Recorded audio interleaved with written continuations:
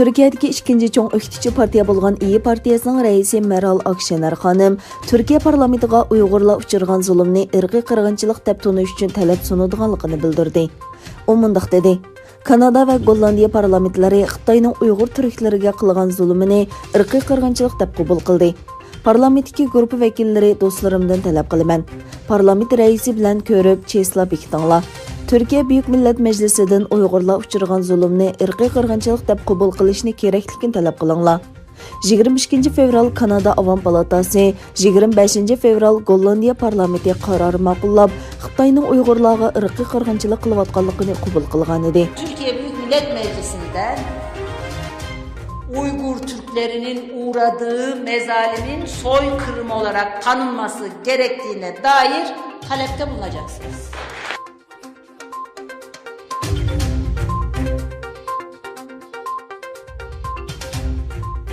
Xitayning Fransiyada turishliq elchixonasi Uyg'ur lageri shohidi Gulbaharning Xitoy gulagida hayot qolg'uvchi nomli asriga qarshi 23 fevral bayonot e'lon qilgan. Bayonotda Gulbaharni sepi o'zidan bo'lgunchi va terrorchi deb ayblagan. Gulbahar Xotivajining yaqinda nashrdan chiqqan Xitoy gulagida hayot qolg'uvchi nomli asri Fransiyada zo'r ta'sir qo'zg'agan. Nurg'unlagan donliq matbuotlar bu kitob haqida xabarlar tarqatgan va uningda o'tirg'a qo'yilgan mazmunlarni tunishtirgan. Gulbaharning lagerdagi hayot kashmishlarining navbatda Uyg'urlar uchrayotgan jazo lagerlaridagi fojialarni jonliq yo'ritib berganligini ilgari surishgan. Kitobning Fransiyadagi kuchli ta'siri Xitoy elchilarini beoram qilgan. Egilanishicha, Xitoy elchixonasi bayonotida Gulbaharni 2009-yil Urumchida yuz bergan 5-yo'l voqeasiga qutratqulik qilgan deb ayblagan. Fransiyada panohlanib turayotgan Gulbahar xonim bo'lsa, Xitoyning bu bayonotining butunlay yolg'on yoldiqlar bilan to'lganligini aytdi. Fransiyada panohlanib turayotgan Gulbahar xonim yana Xitoyning bu bayonotining butunlay yolg'on yoldiqlar bilan to'lganligini tilga oldi. O Xitoy elchixonasining bu bayonotidan beoram bo'lmaganligini, aksicha Xitoyning bu bechoraligiga kulkisi kelganligini ifoda qildi.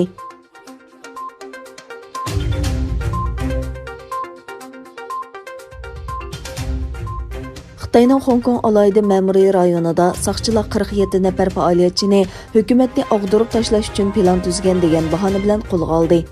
Mazkur pa'aliyetchilarning bugun sudga chiqarilganligi e'lon qilindi. 23 yoshdan 64 yoshgacha bo'lgan pa'aliyetchilar yanvarda tutqun qilingan va keyin qo'yib berilgan edi.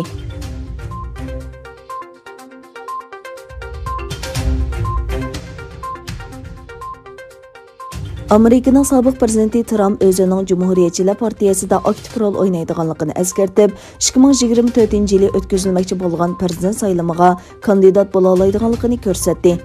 Vazifasini bu yil 20 fevral demokratik raqibi Joe Bidenga topshirgan Donald Trump Floridada o'tkazilgan 2021-yili konservativlar siyosiy harakat yig'inida ommaga tunji qatim nutq so'zildi. Trump yangi partiya quradiganligi haqidagi so'zlarni aniq rad qilib mundaq dedi: "Men yangi partiya qurmayman. Bu yo'linishdagi xabarlar yolg'on. Cumhuriyetçiler partiyasi bizning partiyamiz. Bizning faxrlik, tirishchan va vatanparvar amerikaliklar harakatimiz amdilla boshlandi. Biz shunday qilamiz, oxirida g'alaba qilamiz." Trump yana 2022-yildagi parlament o'rta mezgillik saylami va 2024-yildagi saylamga qatnashish yo'lida Cumhuriyetçiler partiyasida aktiv rol o'ynaydiganligini va bu saylamda g'alaba qilish uchun o'rtaq tirishadiganligini bayon qildi.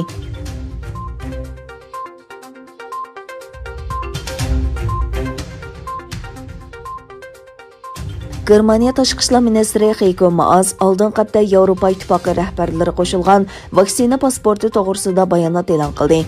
Germaniya Tashqi ishlar ministri خوڭكوڭدا Twitter hisobida Yevropa ittifoqi davlatlarida ishlatishni planlangan vaksina pasporti to'g'risida ham bahirlagan uchurida mundaq dedi: "Biz cho'qim Yevropa vaksina pasportini tez suratda ishlashimiz kerak. Eng yaxshisi aqliy iqtidorli telefonda ishlatishga bo'ladigan raqamli suplarning hujjati bo'lishi kerak. Biz yo'qin mezgilida oldin faraz qilg'ili bo'ladigan masalalarni hal qilish chorasi tayyorlamag'achqa nurg'un vaqtimizni zoya qildik. Biz imkon qadar tez vaksina emlashimiz kerak. Shuning bilan bir vaqtda vaksina emlash pasportining vaqtida tayyor bo'lishiga kafolat qilishimiz kerak."